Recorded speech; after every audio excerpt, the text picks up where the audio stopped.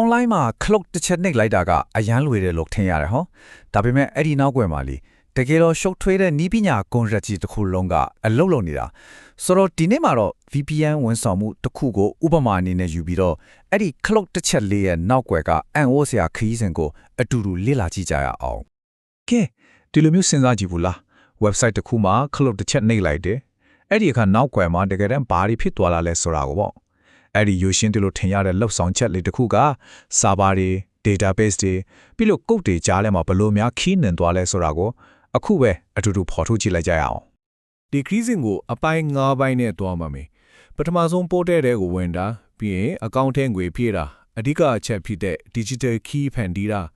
ပြီးတော့အဲ့ဒီ key တွေကိုဘယ်လိုစီမံခန့်ခွဲမလဲဆိုတာနောက်ဆုံးမှာတော့အရေးကြီးဆုံးအဲ့ဒီ click တဲ့နှုံးကွယ်ကအလုံးလုံးပုံကိုကြည့်သွားမှာပါ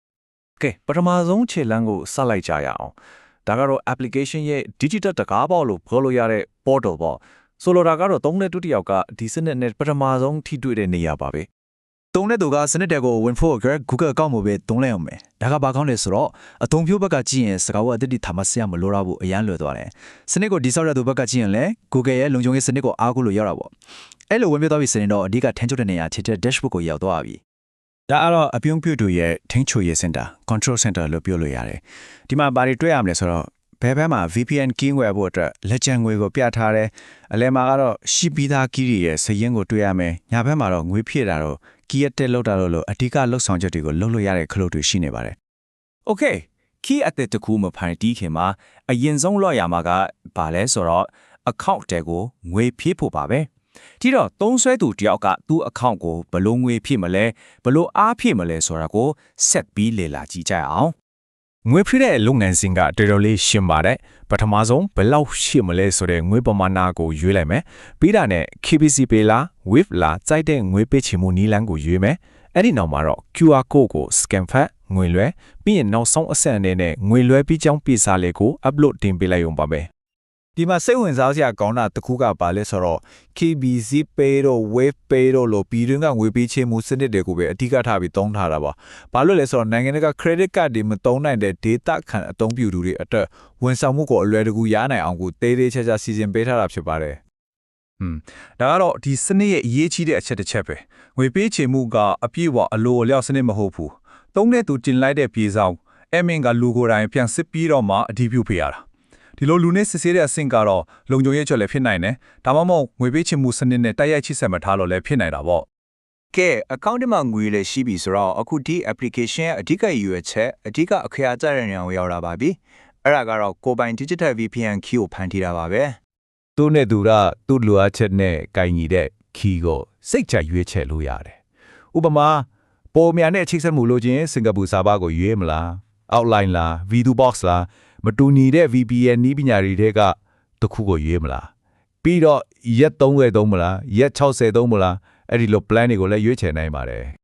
အတောင်းပြုသူက key ဖန်တီးဖို့ခလုတ်ကိုနှိပ်လိုက်ပြီဆိုတာနဲ့နောက်ခွဲမှာစနစ်ကပထမဆုံးအလိုလျောက်စစ်ဆေးမှုတစ်ခုကိုချက်ချင်းလုပ်ပါတယ်အဲ့ဒါကဘာလဲဆိုတော့ရွေးထားတဲ့ plan အတွက်သူ့အကောင့်မှာငွေလက်ကျန်လွတ်လွတ်လောက်ရှိရလားဆိုတော့စစ်တာပါပဲငွေလက်ကျန်စစ်ပြီးသွားပြီဆိုရင်ဒုတိယအနေနဲ့ပါဆက်စင်လဲအကယ်၍ထုံးတဲ့သူကကူပွန်ကုတ်ခုထည့်ထားခဲ့ရင်အဲ့ဒီကူပွန်ကတရားဝင်ရလားတန်းကုန်နေပြီလားဆိုတာကိုစစ်ပါတယ်ဒီအဆင့်တစ်ခုလုံးအောင်မြင်သွားမှာပဲရှေ့ကိုဆက်သွားမှာပါဒါဆို TVPN key ဆိုတာတကယ်တော့ဘာကြီးလဲရိုးရိုးလေးပြောရင်ဒါဟာ digital စကားဝတ်တစ်ခုပါပဲပိုရှင်းအောင်ပြောရင်အထူးတန်ခါတော့တစ်ခုလို့ပေါ့ဒီ key ကတုံးတဲ့သူရဲ့ဖုန်းတို့ကွန်ပျူတာတို့ကိုအင်တာနက်ပေါ်ကလုံခြုံတဲ့ကိုယ်ပိုင် server တစ်ခုစီကိုလွှတ်ဖွဲ့ပြီးချက်စခွန်ပေးတဲ့အရာတစ်ခုပါပဲခီးတော့ဖန်တီးပြီးတွားပြီပဲဆိုတော့အဲ့ဒါကိုဘယ်လိုစီမံခန့်ခွဲမလဲကို profile ကိုဘယ်လိုထိန်းချုပ်မလဲဆိုတာကိုစက်ကြည့်ကြအောင်ဒါကကိုယ့်ရဲ့ digital တောတွဲလေးကိုစီမံခန့်ခွဲရတယ်လို့ပါပဲခရီးတိုင်းမှာအခြေအနေနှမျိုးရှိတယ် active ဖြစ်နေတဲ့အစိမ်းရောင်အခြေအနေမှာဆိုရင်တော့ internet ကိုလုံးလုံးချုံချုံတုံးလို့ရနေမှာပါဒါပေမဲ့တက်ကြမ်းကုန်လို့ expire ဖြစ်တော်ပြီဆိုရင်တော့အနီရောင်ပြပြီး internet ချိတ်ဆက်မှုကပြတ်တောက်သွားမှာဖြစ်ပါတယ် profile ထဲမှာဆိုရင်တော့နာမည်ပြောင်းတာတို့ key တွေကိုအမျိုးအစားအလိုက်စစ်ထုတ်ကြည့်တာတို့လုပ်လို့ရတယ်ဒါပေမဲ့အရေးကြီးဆုံးကတော့ account fitting နဲ့ခလို့ပဲဒါကိုဒါနဲ့လိုက်မြင်ကိုယ့်ရဲ့ key တွေငွေလက်ကျန်အနေအပေါင်းဝင်အချက်လက်အားလုံးကိုဘယ်တော့မှပြန်ယူလို့မရအောင်အပီးတိုင်ဖက်ပြစ်မှမို့လို့တော်တော်လေးတတိထားရပါမယ်ကဲအခုစိတ်လုရှားစရာအကောင်းဆုံးအပိုင်းကိုရောက်လာပါပြီ သုံးတဲ့သူမြင်နေရတဲ့အရာတွေရဲ့နောက်ွယ်မှာအဲ့ဒီ click တစ်ချက်ကနေ key တစ်ခုဖြစ်လာအောင်စနစ်ကဘလို့များအလုပ်လုပ်သွားလဲဆိုတဲ့နီးပညာပိုင်းဆိုင်ရာမျက်လက်ကိုအတူတူဖိုထုတ်ကြည့်ကြရအောင် data ရဲ့ခီးစဉ်ကဒီလိုပါအဆင့်1အသုံးပြုသူရဲ့တောင်းဆိုမှုကိုလက်ခံလိုက်တယ်အဆင့်2 server ဘောကသက်ဆိုင်ရာ key ဖန်တီးတဲ့စနစ်ကိုခေါ်သုံးလိုက်တယ်အဆင့်3အဲ့ဒီကနေထွက်လာတဲ့ key ကို database ထဲမှာတင်စီလိုက်တယ်ပြီးတော့နောက်ဆုံးအဆင့်4မှာတော့အဲ့ဒီ key ကိုအသုံးပြုသူရဲ့မျက်နှာပြင်ပေါ်မှာပြပေးလိုက်တာပါပဲဒီနေရာမှာအရေးကြီးတဲ့ချက်ကဘာလဲဆိုတော့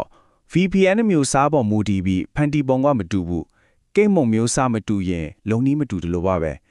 online key တစ်ခုဖန်တီးတဲ့နီလန်းနဲ့ V2 box key ဖန်တီးတဲ့နီလန်းက server ပေါ်မှာလုံးဝမတူတဲ့အတွက်သက်ဆိုင်ရာ generator ကိုမှန်မှန်ကန်ကန်ခေါ်သုံးရပါပဲ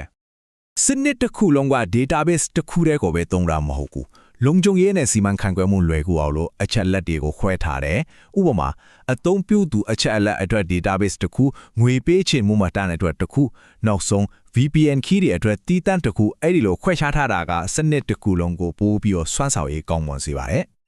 အသုံးပြုသူက log out လောက်လိုက်ပြီးဆိုတာနဲ့သူတို့ရဲ့ key စဉ်ကပြီးဆုံးသွားပါပြီညီမညာပိုင်းအပြင်ပြောရရင်တော့ဒါကို session ကိုဖျက်သိမ်းပြီး cookies တွေကိုရှင်းလင်းလိုက်တယ်လို့ခေါ်တာပေါ့ပိုရှင်းအောင်ပြောရင်ဒါဟာအသုံးပြုသူရဲ့ဒီတစ်ခေါက်ဝင်ရောက်ချီရှုမှုနဲ့ပတ်သက်တဲ့ယာယီမြညာအားလုံးကိုဖျက်ပစ်ပြီးစနစ်ကိုတန့်ရှင်းလုပ်လိုက်တာနဲ့အတူတူပါပဲဆိုတော့နောက်ဆုံးအနေနဲ့ဒီမျိုးကုန်းကိုစဉ်းစားကြည့်စေချင်ပါတယ်ဒီလိုချောမွေ့နေတဲ့လုပ်ငန်းစဉ်တွေရဲ့နောက်ခွဲမှာစနစ်ဒီဇိုင်းကဘလောက်အရေးကြီးပါတယ်ဆိုတာကိုဘလောက်အထိဖုံးကွယ်ထားပါသလဲကျွန်တော်တို့နေ့စဉ်သုံးနေတဲ့ရိုးရှင်တယ်လို့ထင်ရတဲ့ app တိုင်းရဲ့နောက်ခွဲမှာဒီလိုပဲစနစ်တကျအထိဆောက်ထားတဲ့ရှုပ်ထွေးမှုတွေရှိနေနိုင်တယ်ဆိုတာကိုဒီတစ်ခေါက်ရှင်းလင်းတင်ပြမှုကနေတစ်စစ်တစ်ဆောင်မြင်တွေ့သွားနိုင်မယ်လို့မျှော်လင့်ပါတယ်